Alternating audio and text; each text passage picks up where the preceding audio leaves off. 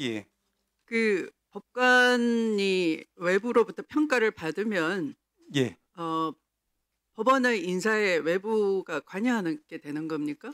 평가의 방법 또 네. 평가의 이제 구성원들이 어떤 이제 비율로 되느냐에 따라서 차이가 있을 수 있다고 봅니다. 전에 이제 우리 김현수 대법원장님 시절에도 그때 이제 행정처 이제 개편을 말씀하시면서도 우리가 이제 절대적으로 법원 인사권에 대해서는 법관들로만 구성된 인사위원회를 전제로 했고 또 전체 이제 회의체에 대해서도 법관이 다수인 그런 회의체를 구성하고 이제 제안을 했지만 그것마저도 여러 가지 이제 헌법적인 문제 때문에 결국 입법화되지 못한 걸로 알고 있습니다. 지금 이제 이번에 나온 입법에 대해서는 저희들이 조금 더 검토를 해봐야 되겠습니다만은 이렇게 이제 모든 법관들이 이제 자기들 인사에 대해서 인사의 가장 기본은 또 어떻게 자기들이 매년 평가되느냐 하는 것이 있는데 사실은 이제 3,300명 정도 되는 법관들이 저희들 1년에만 하더라도 본안 판결만 해도 80만 건이 나오고 또 결정 등을 합치면 한 680만 건 정도 나오는데 법원장들이 매일 일상적으로 됐습니다. 네, 예. 아까 그 발의된 법안은 다 설명을 들으셨을 것 같은데요. 네.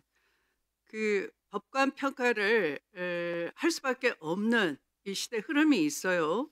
자, 아까도 법 집행이 정의롭게 안 되면 법치가 무너진다고 아까 스스로 말씀을 하셨습니다. 예. 옳은 말씀입니다. 그런데 대한민국 법치국가 맞습니까?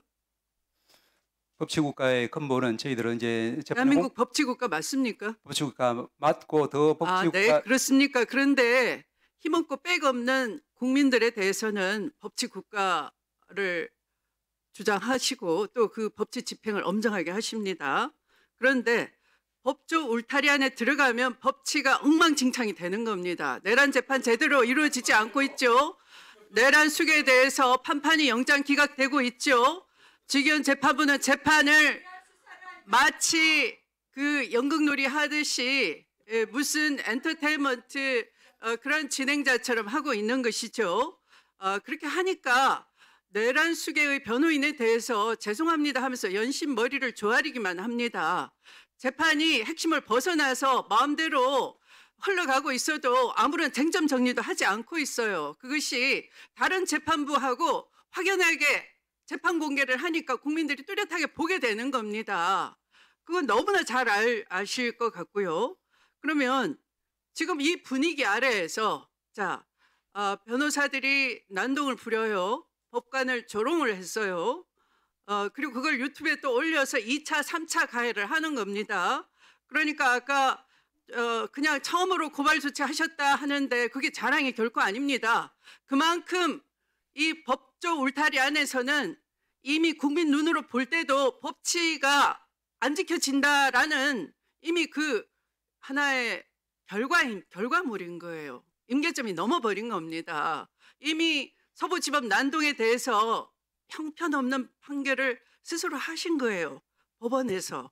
그것이 제2의 내란 사태였음에도 불구하고 그리고 지금 대통령께서 언급하신 것처럼 이 국민참여재판에 대해서 이 법무부 감찰을 통해서 드러났고 그것으로 인해서 이 상설특검까지 수사가 가동되고 있는 마당에 고개를 숙이고 석고대죄해도 부족할 판에 법관을 기피 신청을 하고 법정을 퇴장을 하고 난동을 부리고 있어요. 그러니까 이게 법치국가 맞습니까? 법조 울타리 안에서는 죄송하지만 최고학부를 나오시고 사법시험을 합격하고 신분증을 취득하고 이런 분일수록 더 법 질서가 안 지켜지고 있어요. 이 법치국가의 국회의원 맞습니까? 내란을 엄호하는 이 상황이 언론과 국민의힘 당과 기득권을 가진 판검사들이 똘똘 뭉쳐서 내란범이 저지른 사법정의 파괴의 회복을 방해하고 있는 거예요. 저 보세요. 위원장이 발언하는데 저렇게 또박또박 끼어드는 것을. 그러면 국민의힘 당 특히 이 자리에 있는 피고인 나경원도 있고요. 패스트트랙 충돌에 대해서 법무부 장관에 항소하시겠습니까? 항소 포기하시겠습니까? 뭐 구체적 사건에 대해서 제가 말씀드리기는 어려운 것 같습니다. 네. 그 정도밖에 말씀을 못 하십니까? 이런 상황에서 항소를 해야 되는 것이죠. 무슨 고심입니까? 이게 언론 제목이 뭐가 꿀리는 게 있습니까? 저렇게 놔두니까 난동을 부리는 겁니다. 법치가 엉망진창이 되는 겁니다. 내란 특검은 위원장이 발언하고 있는데 조용히 하세요. 이미 나경원 의원은 퇴장 명령을 받은 겁니다. 퇴장 명령에 불응하면은 더 나아가서 국회법에 따른 조치를 취할 수가 있는 겁니다. 자, 내란, 자, 법무부 장관님. 예.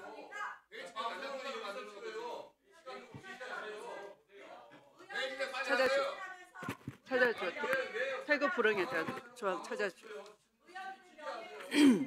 자, 내란 특검에 대해서는 자, 박성재 전 장관이 박성재 장관에게 김건희 씨가 내 수사는 어떻게 되고 있나, 그리고 두 분 여사의 수사는 왜 진행이 안 되나, 이렇게 물어본 대화 내용을 특검이 수사로 밝혀냈습니다.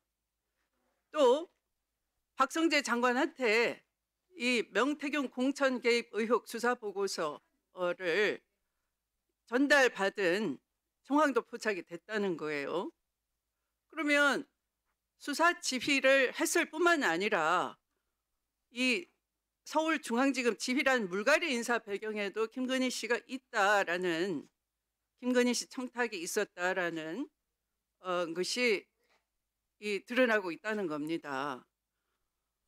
명태균 공천 개입 의혹 수사 보고서는 아마도 24년 11월인 것 같습니다. 창원지검의 수사 보고서를 얘기하는 것 같은데요. 그 직후부터 구체적인 계엄 준비에 들어간 겁니다. 검찰 공소장을 보면. 그러니까 법무부 장관께서는 이 인사 개입, 그다음에 박성재 법무부 장관에 대한 수사 지휘에 대해서는 검찰이 내부 보고 문건도 있으리라 충분히 짐작이 되는 겁니다. 내부를 샅샅이 감찰을 하셔야 되는 겁니다. 감찰을 해서 그 당시 어떻게 박성재와 김건희가 유착이 돼 있었는지를 도려내야 되는 겁니다. 감찰해 보시겠습니까? 저희가 뭐 어쨌든 그 특검의 수사에 대해서는 굉장히 적극적으로 협력하고 있습니다. 네. 어쨌든 특검이 자체적으로 철저하게 감찰해 주시기 바랍니다. 네, 그리고 알겠습니다. 증거가 인멸되기 전에 친윤 검사들이 법무부에도 있을 수 있어요. 증거 인멸되기 전에 조속히 증거를 잘 확보하셔서 특검 수사도 원활하게 이루어질 수 있도록 해주시기 바랍니다. 예, 저희도 뭐 그 헌법 존중 TF가 가동 중에 있고요. 네. 일단 거기에 따라서 지금 엄정하게 조사를 또 하고 있습니다. 네. 네, 그렇게 해주시기 바랍니다.